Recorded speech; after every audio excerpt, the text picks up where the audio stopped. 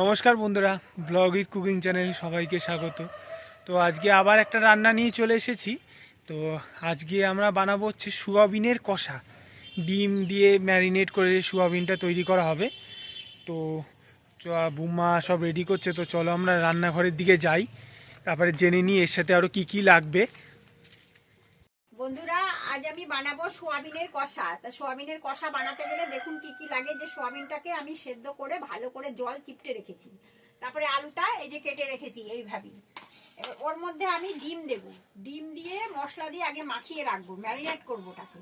এইবার ওর মধ্যে মশলা লাগবে, এই যে জিরের গুঁড়ো, ধনের গুঁড়ো, লঙ্কার গুঁড়ো একসাথে করে রেখেছি এগুলো সব। এই যে আদা বেটে নিয়েছি, পেঁয়াজ বেটে নিয়েছি, এবার পেঁয়াজটাকে একটু কুচিয়ে নিয়েছি, আর টমেটো কুচি করে নিয়েছি। এবার ফোড়নে লাগবে তেজপাতা, সাদা জিরে, তেল। এবার আমি কড়াইটা বসাবো। এবার আমি সোয়াবিনটাকে ম্যারিনেট করব, তার জন্য ডিমটা ফাটিয়ে নেব, ডিমটাকে মাখাবো। ডিমটাকে ভেঙে এর মধ্যে দিয়ে দিলাম। আর একটা ডিম দেব, দুটো ডিম এর মধ্যে দিয়ে দিলাম। এইবার এটার মধ্যে একটুখানি জিরের গুঁড়ো দেব, ধনের গুঁড়ো দেব, একটু লঙ্কার গুঁড়ো দেব, এবার একটু হলুদ গুঁড়ো দেব। এবার আমি এর মধ্যে নুন দিয়ে দেব। এবার এটা ম্যারিনেট করব। এবার একটুখানি সময় আমি এটাকে ঢাকা দিয়ে রেখে দেব। এবার বন্ধুরা, গ্যাসে তো কড়াইটা বসিয়ে দিয়েছি, গ্যাসটা জ্বালিয়ে দিলাম।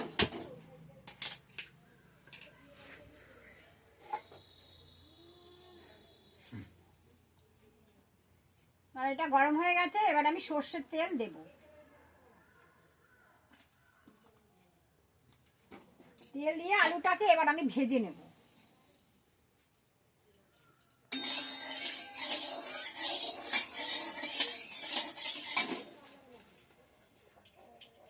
একটু গরম হোক তেলটা। এবার তেলটা তো গরম হয়ে গেছে, এবার আমি আলুটাকে ছেড়ে দেব।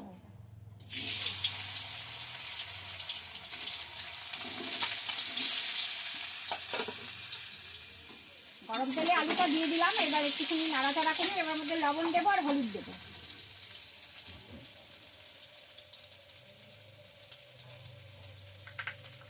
এবার একটু লবণ দেবো।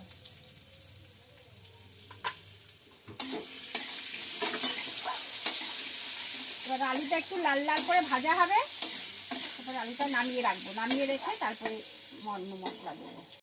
এবার বন্ধুরা, আলুটা দেখুন কি সুন্দর লাল লাল করে ভাজা হয়ে গেছে। এবার আলুটাকে আমি নামিয়ে দেবো।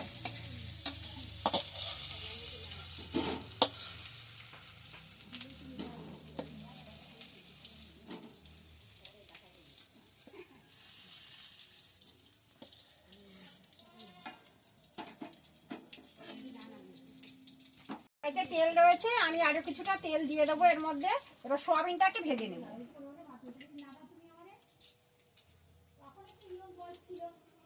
তেলটা গরম হয়ে গেছে, এবার এই ম্যারিনেট করা সোয়াবিনটাকে আমি দিয়ে দেবো, ভেজে নেব।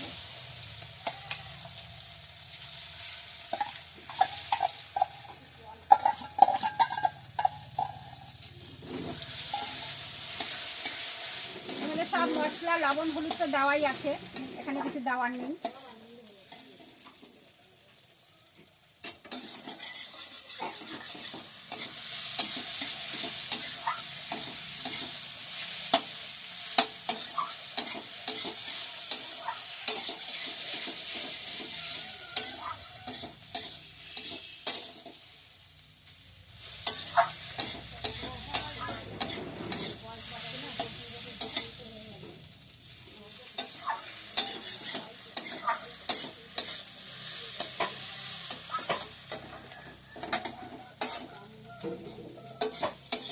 বন্ধুরা, আমার সোয়াবিনটাও লাল লাল করে এই যে ভাজা হয়ে গেছে। এবার সোয়াবিনটাকে নামিয়ে দেবো।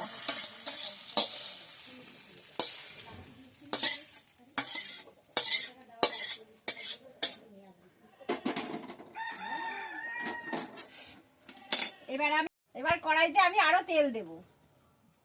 সোয়াবিনে খুব তেল লাগে, নাহলে একটু রুক্ষ মনে হয় সোয়াবিনটা। তেলটা গরম হয়ে গেছে, আমি একটু সাদা জিরে ফোড়ন দিয়ে দেবো।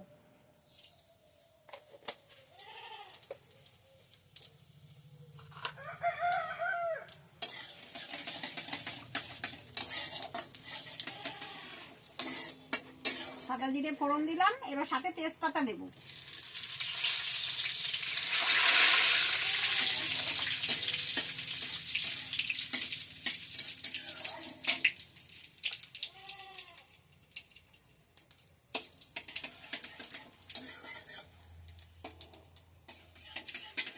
সাদা জিরেটা ফোড়নে দিয়েছে, একটু কালো হলে তরকারির স্বাদ বাড়ে।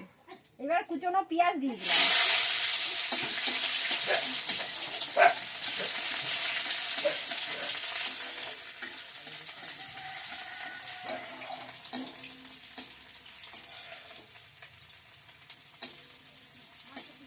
এবার এখানে আদার সাথে 2 কোয়া রসুন একসাথে বেটে রেখেছি, এটা দিয়ে দিলাম।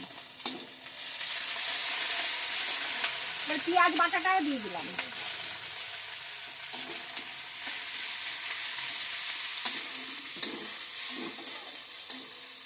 এখানে টমেটো কুচনো রয়েছে, টমেটো কুচিটা দিয়ে দিলাম।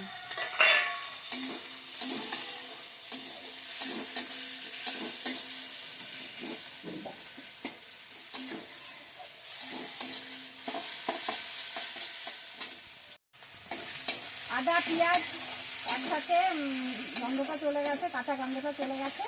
এবার আমি এখানে জিরের গুঁড়ো আর ধনের গুঁড়ো একসাথে করে রেখেছি, সেইটা দিয়ে দিলাম। লঙ্কার গুঁড়োটাও দিয়ে দিলাম। একটু হলুদ গুঁড়ো দেবো, আর একটু লবণ দেবো, অল্প করে দিলাম, আর দেওয়াই আছে আগে। এবার সামান্য একটু জল দিতে হবে, কেন গুঁড়ো মশলা তো পুড়ে উঠবে, সামান্য একটু জল দেবো।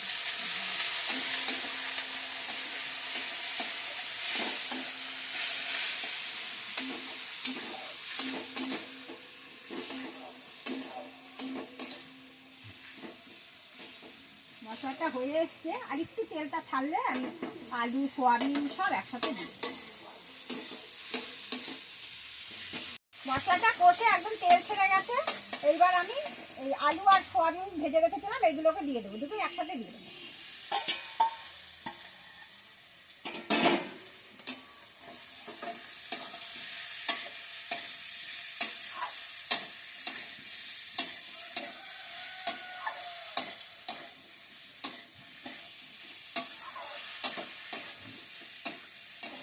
মশলাটা কষে গেছে, মানে তেল ছেড়ে গেছে, ভাজা ভাজা হয়ে গেছে মশলাটা।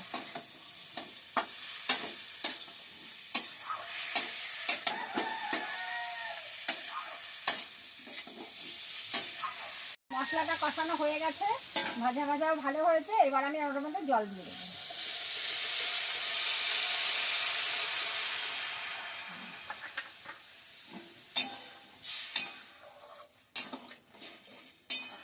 জল দিয়ে দিলাম, এবার একটু সেদ্ধ হবে, আমি একটু ঢাকা দিয়ে দেবো। আমি ঢাকাটা তুলে দেখবো কিরকম অবস্থায় আছে।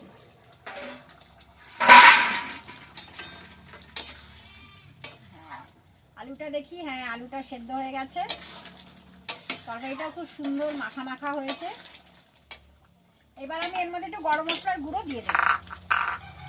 এই যে গরম মশলার গুঁড়োটা দিয়ে দেবো।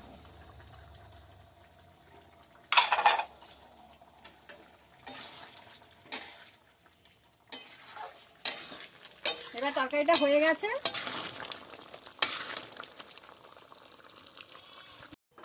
এবার সোয়াবিনের কষাটা আমি নামিয়ে দেব।